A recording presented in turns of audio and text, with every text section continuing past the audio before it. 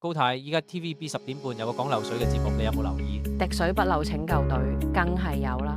喺北角嗰個業主呢，真係慘啦，俾樓上啲鹹水漏到兩個洗手間都爛晒，見晒鋼筋，而且淋石屎，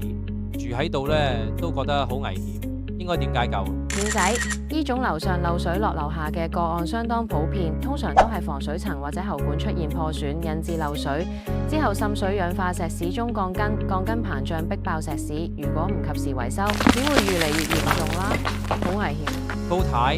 以你專業嘅知識，用邊啲物料嚟維修呢？首先必須從樓上單位着手開始揾出漏水嘅源頭，如果係喉管問題就必須更換，而防水層有滲漏就必須拆磚重做地台防水層。一般浴室呢，我建議用防水英泥做防水層，例如用西卡 Cica-Top 107、東方雨虹 YH-Co 931或者馬貝嘅 Planisil 288油2次，之後用膠砂貼磚，最後做翻優質防霉漱口粉就可以㗎。至於樓下嘅天花問題，先打拆爆開嘅石屎，徹底除去鋼筋生鏽部分，再油翻防鏽油，例如富斯樂、Syncrete WB 或者永聯結 Unicell Primer 底油。而石屎部分先用牛奶水增加粘結效果，再用 HB25 或者 HB40修補泥，修補石屎後再上批灰油漆，咁就大功告成。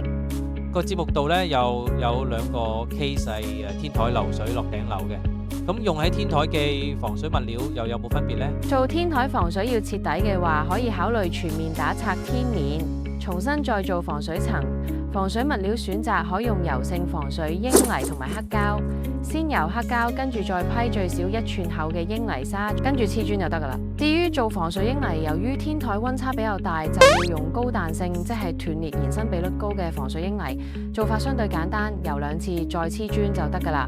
明白。但係依啲要打拆嘅工程